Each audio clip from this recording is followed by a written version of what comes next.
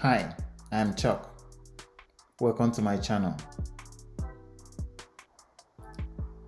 There are a lot of titles and specializations in cybersecurity these days that it can be confusing to people trying to start a career in cybersecurity. People are often not sure which specialization to choose. Today, I'm going to take you through some of the most popular cybersecurity specializations you may be interested in. We will also discuss some of the pros and the cons for each of the specialization, as well as the barrier to entry. And by that, I mean how difficult or easy it is to get into any of the specializations. Before we hit the ground running, please take a moment to subscribe to my channel, smash the like button, and hit the notification buttons to never miss any of my new videos. Let's dive in. At number 1 is Cybersecurity Analyst. This itself is a broad title and by far the most common title for any cybersecurity role. Some of the main roles that come under Cybersecurity Analyst are SOC Analyst. This is someone who monitors networks and systems and then triage alerts. They usually work multiple shifts to ensure 24/7 coverage. Number 2 is Incident Responder. An incident responder investigates, analyzes, and responds to cyber threat incidents within your environment. For example, if there is an ongoing DDoS attack or malware is spreading on your network, it is the incident responder that is called in to assist in mitigating the attack. Number 3 is Threat Hunter. A threat hunter gathers information about new threats, threat groups, or even insider threats. They comb through telemetry data, searching for malware or indicators of compromise. Number 4 is Forensic Investigator.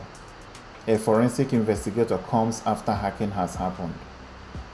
The person tries to find out who is responsible for the attack, and they often work with law enforcement officers. In this role, chain of custody is very critical to ensure that evidence collected during forensic investigation is admissible in the court of law during litigation or prosecution of the attackers. Each of these 4 main cybersecurity analyst roles may be performed by one person, especially in smaller organizations. However, in larger organizations where things are better streamlined, the tasks may be carried out by different individuals. Some of the advantages of getting into a cybersecurity analyst role includes the role pays well depending on your years of experience, and there is huge demand for this role. This is the most popular cybersecurity role, and barrier to entry is low, especially for roles like Tier 1 SOC Analyst. On the other hand, some of the disadvantages of this role includes that it can be stressful because you may work different shifts. For example, you may have to work night shifts, which can mess up sleep pattern for some people. Also, things can get boring or career stagnation may even set in. For example, if your SOC is always less busy than a typical SOC, you may not have any alerts to triage. In that situation, you may see SOC analysts sitting around and chatting with each other. If this continues over time, you may start losing your skills, which may lead to loss of confidence. The second cybersecurity specialization I want us to discuss is Security Engineer. A security engineer is generally responsible for installing, configuring, maintaining, and supporting cybersecurity tools. A few specific examples of cybersecurity engineers' responsibilities include to install, configure, and maintain firewalls, configure and maintain EDR and XDR solutions, configure and maintain rules on SIEM solutions, implement security controls in the public cloud as a cloud security engineer, troubleshoot and fix issues on security solutions. Security engineer can sometimes serve as technical escalation for cybersecurity analysts. Security engineer title is also broad. You may notice that in some organizations, security engineers are assigned some tasks that are typically performed by a network engineer, or systems admin, or even a cloud engineer. For example, a security engineer may configure and maintain security services on AWS, or even manage Microsoft Entra ID. Some of the pros is that you get to play with many tools in the course of implementing the various security solutions. This expands your skill set. The role also pays well. On the other hand, some of the disadvantages of this role is that you get to work with very many tools, and this can lead to burnout. As far as barrier to entry goes, I will say it's medium to high because you really need to be very comfortable configuring some of the security tools for you to be able to function effectively on this role. Typically, people move from some cybersecurity roles to become a security engineer. Next, we have ethical hacker or penetration tester. Professionals in this role are often called pen testers. Pen testing is a specialist security role in which the pen tester anticipates a hacker's actions and finds vulnerabilities in the target system. To avoid troubles, and this is really very important, make sure that higher management signs off on any pen testing request, clearly stating systems in scope and time window during which the pen testing activities can take place. This role requires intermediate to advanced skill. This is certainly not an entry-level role. Some of the pros include high demand for good pen testers. There are few highly skilled individuals available in this specialization. So, this creates more opportunities if you have the right skills.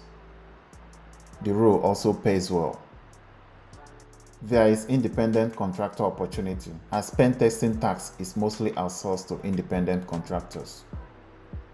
On the other hand, some of the disadvantages of this role include that this is not a beginner role, and it requires special technical skills. Next, we have security consultant. This is a role for individuals who go to help organizations solve a security problem. They can also be hired internally.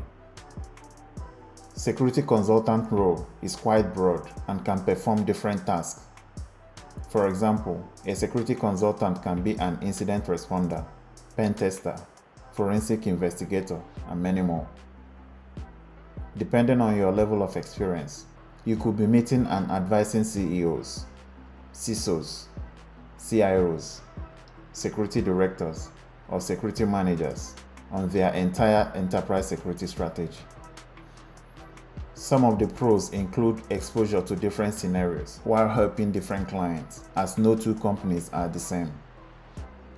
This helps you broaden your knowledge even more. Depending on your level of experience, the role pays well. On the other hand, some of the disadvantages of this role include it requires specialized technical skills, especially if you're advising businesses. Also, every client is different. Depending on how you look at it, this can be an advantage or a disadvantage because you have to understand each client's environment in order to be able to help them. This role also involves some level of office politics, as you get to deal with different human characters.